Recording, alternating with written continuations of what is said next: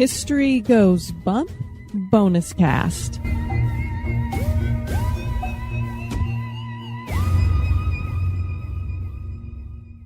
Hello, you spectacular people. Welcome to a bonus episode of History Goes Bump. I am your host, Diane. And this is Kelly. Kelly, on this bonus episode, we're going to be bringing the listeners haunted instruments. You know that's right up my alley with my history and music. Absolutely. Have you ever used a haunted instrument before? I've made them sound somewhat haunted sometimes.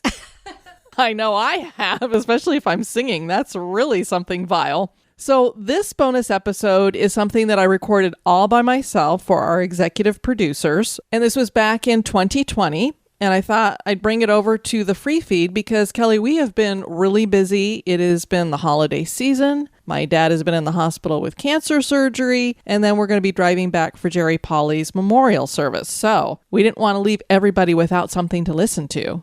So here we bring you Haunted Instruments.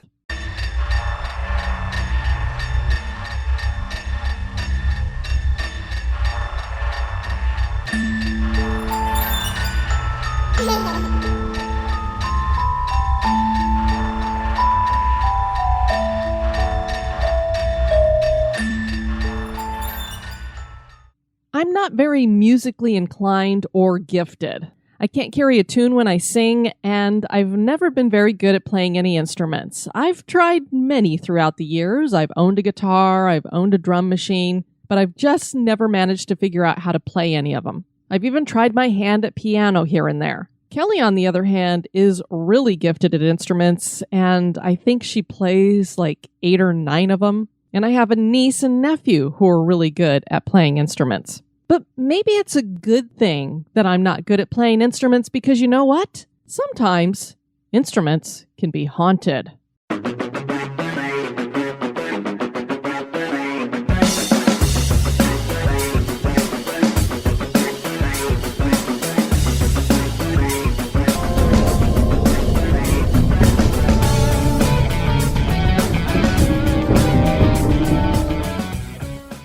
So the first thing I want to talk about are some possibly haunted guitars, or at least a haunted guitar store. This is the Guitar, Amp, and Keyboard Center that is found in Brighton over in the UK. They carry guitars, amplifiers, drums, and a lot of pro audio systems, and all the brands that you guys would love. Fender, Gibson, Marshall, Roland, Ibanez, Boss, and the list goes on. Now, I don't know how long they've been in business. But like everybody who owns a lot of really valuable stuff in their store, they have a security system and a CCTV.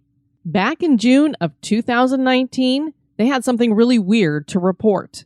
Their CCTV seemed to catch what looked like a misty figure that came into view, walked up these stairs, and walked across an area that's in front of some guitars. There was a customer standing off to the left side looking at their cell phone.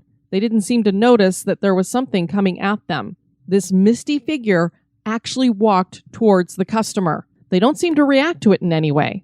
Now, of course, this could just be some kind of smoke. Maybe somebody was sneaking a vape and we're seeing it, but there's a lot of it there. So it does make you wonder if this wasn't something that was trying to form itself fully. And for most of us who are open-minded skeptics, this would be easy to dismiss, except for the fact that this was just the first occurrence. A few weeks later, they caught something else. Motion sensors went off in the shop at night when it was all locked up. So the owner came in to see what was going on. He wanted to make sure he wasn't being robbed. He found nothing amiss. Nobody had broken in. There was nobody inside the shop.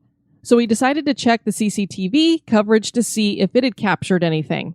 And sure enough, in the early morning hours, it captured 2 guitars that are swaying on the shelves, while all of the others remain still. So to say that perhaps this was the air conditioning that was strong enough to push these guitars around, why did it only push a couple of them and not all of them, or at least a few more of them? Then 30 minutes later, a price tag was ripped off of a Fender guitar and fell to the floor. Now, when the owners were approached and people said, come on, it's got to be the ventilation system, they said, some say it could be the guitars readjusting themselves after they were hanged incorrectly, but there's no wind here, and it's not near any draft or ventilation, so there aren't many suggestions. So perhaps it was just by chance that these two guitars decided to rearrange themselves on their own. But something else that adds a little bit more fuel to this fire is the fact that a nearby restaurant has been having some strange things happening there as well. They've even seen full-bodied apparitions, and a knife was thrown by an unseen hand. That's not fun. So could it be that whatever spirit is hanging out in the restaurant occasionally comes over to check out the guitars too? A lot of employees claim that there's always been incidents at the store that they could not explain. They haven't had any real solid proof of ghosts other than these couple of things they've caught on video, but stuff's always falling over or getting moved around. I looked to see if there were any other updates, but it doesn't appear that anything else has been posted via video since June of 2019. Now, there's a lot to be said for haunted pianos. How many episodes have we covered a haunted location that has a piano inside of it that seems to play on its own? We had a recent one in Roswell, Georgia, where people would go upstairs when they'd hear the piano keys tinkling and they'd find nobody at the piano and the key cover would be down so that it wasn't possible that anybody had been touching the keys. But is it that the pianos are haunted, or is it just that there's ghosts who like to play with them? I don't really know. It's kind of the age-old question, what came first, the chicken or the egg? I wanted to know more about haunted pianos, and I found something interesting at the forum called Piano World. Someone there going by the username PianoHead27 wrote back in 2009, I know this might be a little off for some people. I know lots of people that do not believe in such things, but I have a piano that is haunted. I've had it for almost 10 years now, and I've moved 2 places since I've had it, so I know it's not the house that's haunted. It is a WG Eve Staff & Sons Victorian small upright. I would guesstimate that it was made sometime between the 1860s and the early 1900s. It has candle arms on the front, an original ivy keyboard with a decorated carved walnut case. It was restored before I bought it with new strings, felts, pins, pin block, etc. I love playing and teaching with it. There's an uncertain spookiness the piano holds to it. I bought it from an antique store that was going out of business. They seemed glad to be selling it since the business went bust. Well, I had it for about a month in my music room when I started noticing things about it. I always leave the fall board closed. Then lately, when I came into the room, it would be open. I live alone, and no one ever goes in there without me there. After a few times within a week of it doing this by itself, I decided to just leave it open. A few months later, I was repainting my hallway downstairs with a friend of mine. I left to go upstairs to get something when she heard it. It sounded like piano music, but no TV or radios were on. When I came down the steps, she was coming up frantic. She told me to stop and listen, but I heard nothing. When she told me what happened, I didn't really know what to think. I took her into the music room to see which piano she thought she'd heard. So I played the first 2 pianos, and she didn't seem to indicate that she'd heard anything. Then I went over to the upright, and I played it. I thought she was going to cry. She said that's the sound of the piano that she heard. Now, mind you, I hadn't told anybody about this haunted piano, or my encounter with it before. She didn't come to my house for a while after that. Since then, a few times coming downstairs, I'd think I would hear muffled music like Schubert, but tried to ignore it. I had a paranormalist I heard about that was supposed to be really good at this sort of thing and had her come to my house to see if it was my house. When I showed her the music room, she was instantly drawn to the piano, having not told her anything specific. She said that there was a young boy attached to it. She said that he died during World War I. Once I finally told her my long story with my history of it, she was certain this was the cause. Also saying my old house had something else, which is another story. But that is my story of my haunted piano. Then another member going by the username Little Blue Engine jumped in. The thing with my piano has happened twice so far with a good bit of time between the 2 experiences. My piano's very old and in need of action work, some of which I'm doing myself bit by bit. I was playing one evening when the action started feeling very different. And I'm not sure what an action is. If any of you play piano, maybe you could enlighten me a bit. The effort needed for each key just seemed so even compared to usual, and the repetition was nothing like I'm used to. It was as if I was getting a taste of what the piano probably was like when it was new, or possibly how it could be if the action had a complete refurbishment. When I became aware of how different the action felt, I stopped playing and started picking out individual keys to try to figure out what was going on, and it quickly stopped. All was back to normal. It was at least a month or 2 later the second time it happened. Apparently what this person is doing is playing their old piano that needs a lot of refurbishment, and all of a sudden it was playing like it didn't need any refurbishment. That's the gist I'm getting here. When I became aware of it this time, instead of questioning it, I decided I was going to play through and just enjoy it. I think I got about an hour before it started fading, and by then it was time to stop anyway. I'm not sure myself exactly how to label the experience. I consider the possibility that it could have been the altered mental state of flow that people often talk about, except that my abilities didn't change any. I've experienced flow and hyperfocus before, and this wasn't the same. I was playing just as well or as poorly as usual. It was just the way the piano felt under my fingers that changed. I enjoyed the experience. There wasn't anything upsetting about it or me. Of course, I wasn't getting touched. Not that I haven't before. There was a really cool story on Reddit's No Sleep called I Bought a Haunted Piano on Craigslist. And one of the people who responded to the story said, my friend's family had a piano that was about 125 years old. The fallboard would do the same thing. You could be the only person in that house and have left it shut, but turn around a few minutes later to see it open. Sometimes it would play by itself. Never a piece, just a few notes. It was definitely the piano that was haunted because it was brought around several different houses and the haunting never stopped. I found another story about a haunted piano over on the website yourghoststories.com. This was posted by Whiplash00 EVP. Can a piano hold residual energy or be haunted? My family and I had recently bought a home that was built 10 years ago. We moved in 1 month ago today, and we've never had any paranormal or strange things happen. The house itself feels fresh and positive, so I don't think it's the house. The sellers asked if we wanted an old piano they had, so we said yes. I could see why, because it weighs about 1,000 pounds, and after doing some research, I found it's a 1908 Wellington made by Cable. It needs tune, but everything works and doesn't sound too bad for being 107 years old. Anyway, my fiancé taught our son a song last night, and today I tried to sneak a video while he played so I could send it to her. I'm a strong grown man, but after playing back the video, it shook me up good. I didn't hear it while he was playing, and I'm not even sure an iPhone 6 can pick up an EVP. I just don't know anything about them, but it's clear as can be. There might be some other things in there that are really hard to hear. I may just be listening too close, but my fiancé said there's a real faint scream also. If someone can help, I'm going to try to post it. Hopefully someone can make sense of this or run a sound wave thing like they do on TV. My son exhales a deep breath, and then just before he hits a key, you can hear it. It's as clear as can be. We were the only two home and the TV was muted. Nothing else could have said this. I know what it says, but I want someone else to hear it and see if they hear the same thing. Please help. I'm not able to sleep. Is it possible for pianos, especially old upright pianos like this one, to hold residual energy or somehow be haunted? Thanks. Now, I was unable to find his audio anywhere. It doesn't appear that he uploaded it to anybody, and all of the people who are answering clearly haven't listened to it and giving him any kind of opinion on it other than they believe that a piano could have an attachment. But there were some interesting things shared in the comments that I wanted to continue with here. One person is saying, did you ask where they got this piano from? Is it an old family heirloom? Was it something they got at a cheap estate sale? Where did this come from so that you could get a better feel for it? Also, they wanted to point out that this is an old piano. So maybe there's something about it that would make the strings in it sound like there was a scream or something. And I don't know if there were some words said because he doesn't specify any words being said. This person also pointed out this is a new house to you. Maybe you don't know how the AC works correctly and that kind of thing.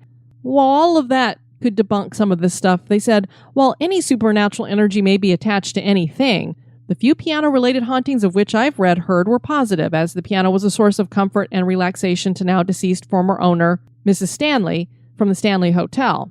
And it is said that the piano there is haunted by her.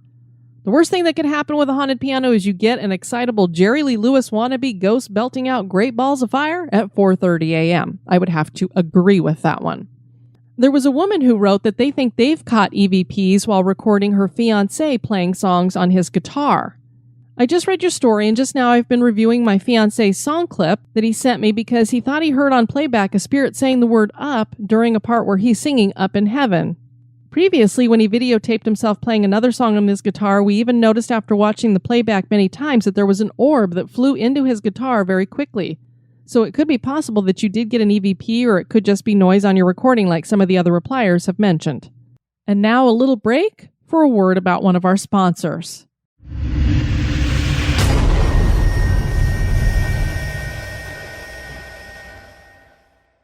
There's another story about a haunted piano over on liveabout.com. Vicky always wanted a piano. Her wish came true one day when her son brought her an old upright piano that he had discovered working his salvage and hauling service. And let me just say, it seems like upright pianos are the ones that are more prone to being haunted for some reason. It seemed to be in good working order, so Vicky cleaned it up, polished it, and set it in the enclosed front porch of her old farmhouse, where it quickly became one of her prized possessions.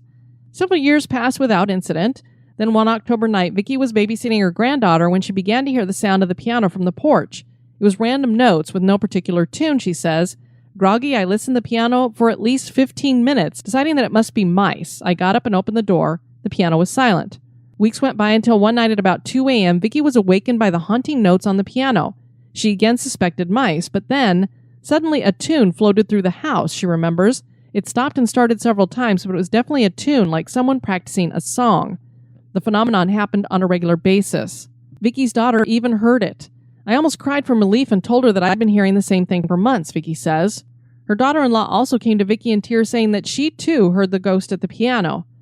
Eventually, Vicky put the piano outside with a free sign on it, not because of the ghost, but because the weight of it was beginning to make the porch sag. An old couple came along and adopted the instrument. I often wonder, Vicky says, if they have experienced any late-night concerts courtesy of the old piano. There's also stories about haunted violins, and one of the earliest ones dates back to Germany in the early 12th century. And this story can be found in Lilith's Cave, Jewish Tales of the Supernatural. There was this town, I guess, that was called Worms. Boy, wouldn't that be a great place to live.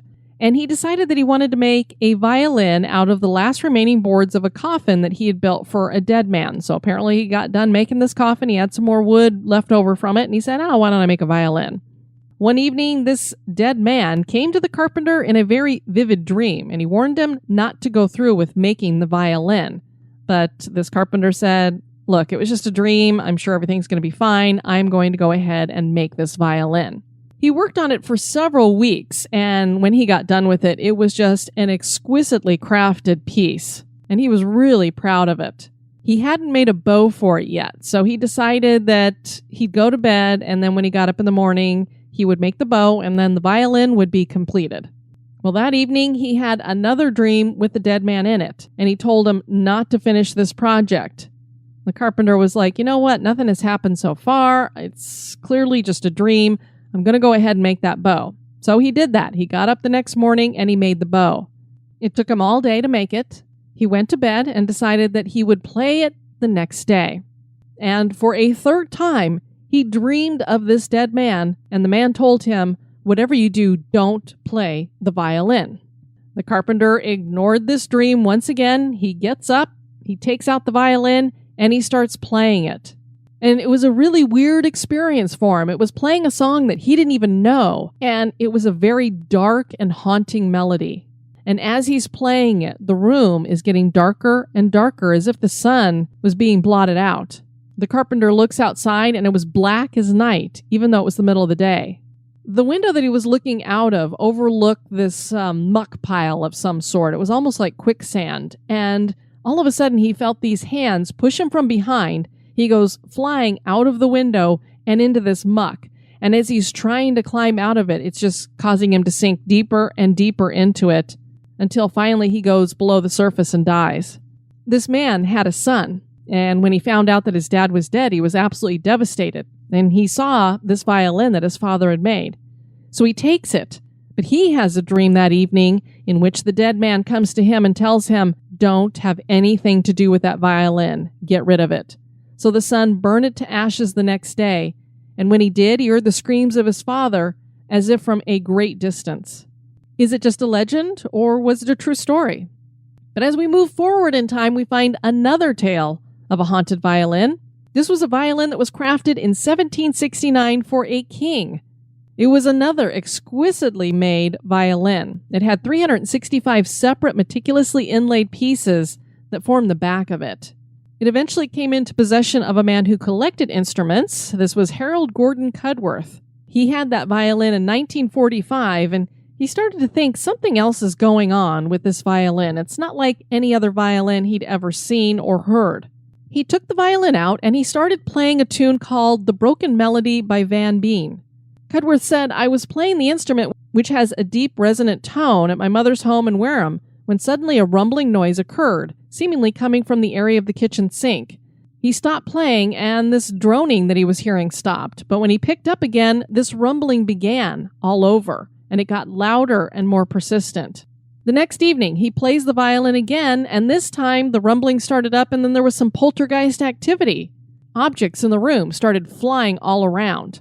In the coming weeks, he would play the violin again, and every time he played it, the rumbling would start it up all over again, and there would be other unexplained events, more things getting thrown around and stuff like that. But it only happened when he would play the broken melody. And his mother would hear the strange noises too, so he knew it wasn't just him. One time when he was playing the broken melody, the latch on his door shook with great might, and when he went downstairs, the door to his room was slammed shut. A few days later, he went to give a violin lesson to a little girl, and for some reason, you'd think by now you'd know, don't play that broken melody song. He plays it. There were several people there, and these other people experienced this otherworldly rumbling sound that was even louder than the music that was coming out of the violin. Finally, he got smart and decided, not only am I not going to play the broken melody anymore, I'm not going to play that violin anymore, and he put it away. He died in 1989, and nobody knows what became of the violin, so is that haunted violin still out there somewhere? If you find one with 365 pieces inlaid in the back, maybe don't play the broken melody on it. Now, this next story is more than likely an urban legend, and it doesn't necessarily have to do with a violin being haunted, but there is the haunting sound of a violin. There was a little girl named Harriet Annie, and she lived in Centralia, Illinois back in the 1860s. She was very gifted musically, especially with playing the violin. She would play and perform for everybody in town, and it was just wonderful. Unfortunately, she got diphtheria, and she died at the age of 11. She ended up buried at a grave in Elmwood Cemetery, and there's this large gravestone there that bears her image holding a violin. And it's said that if you visit her grave, you will hear the sounds of an ethereal violin playing. There are many people who've claimed that the statue of Annie will shed green tears during those ghostly musical interludes as well. So you have to wonder, is it just a legend? Or does the violin still play in a ghostly way? It's a really cool statue of her, too. I mean, it looks very much like a young little girl in a dress holding her violin in front of her. And it says Annie right underneath it. Apparently, they call her Violin Annie. Over on Reddit, there's somebody who claims to have owned a haunted violin for a time. Apparently, it was an 18th century Milan school model. So this is another antique. And this guy claimed that any instrument that was anywhere near the violin would end up knocked over or broken. He wrote, shortly after finishing this instrument and hanging it up in the humidity closet, strange things began to happen. Lights would go on and off by themselves. My daughter would wake up in the middle of the night to ask why I was standing in her room. She told me she could hear someone talking, but not very loud. 2 weeks ago, I had guests who slept in the same room as the closet where the violins are stored. They told me that the touch lamp in the room kept turning on and that after unplugging it, they were awakened by someone touching their shoulders, but there was no one there. The real kicker is that last week the electricity went off for a while, and while the family and I were downstairs, the door to the upstairs guest room shut, and we could hear faint classical music coming from upstairs. We do not own any battery-powered radios. After my last experience, I did not discount the possibility that the new instrument could have a spirit with it. I took the violin out of the closet and placed it on the entertainment center. I then played a CD that was only solo piano music. If I left the room to go upstairs, or if I went down to the basement, I and others who did not believe me could hear a violin begin to accompany the piano music. If we went back to the great room, the violin music stopped as soon as we were in sight of the haunted violin.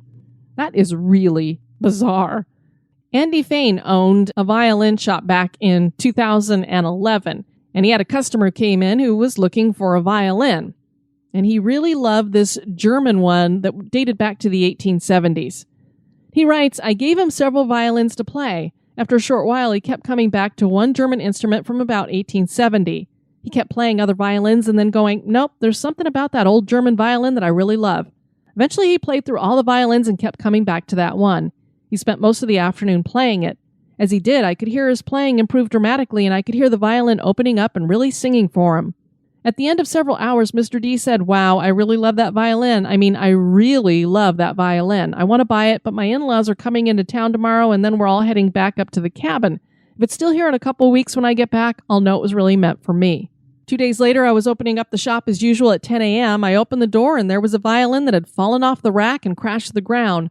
The scroll was cracked.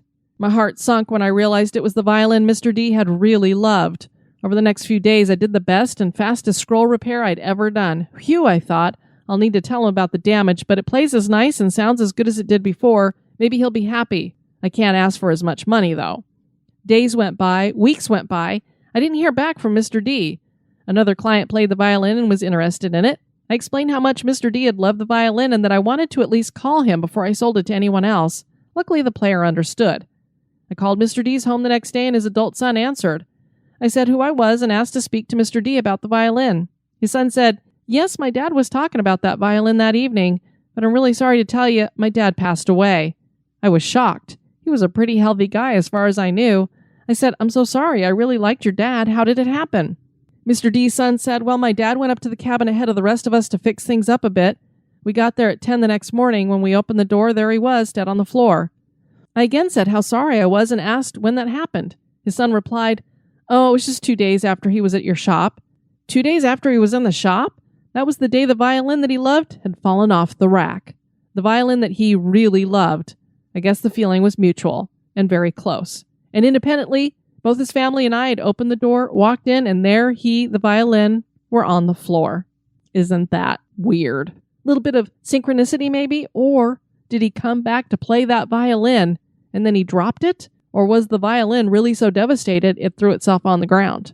I tried to find some haunted drums, but apparently the only thing that's a haunted drum is a horror movie dating back to 2007 from Thailand. So, can an instrument be haunted? Are any of these instruments, or were any of these instruments haunted? That is for you to decide. Thank you so much for joining us on this bonus episode of History Goes Bump. I've been your host, Diane. And this has been Kelly. You take care now. Bye-bye.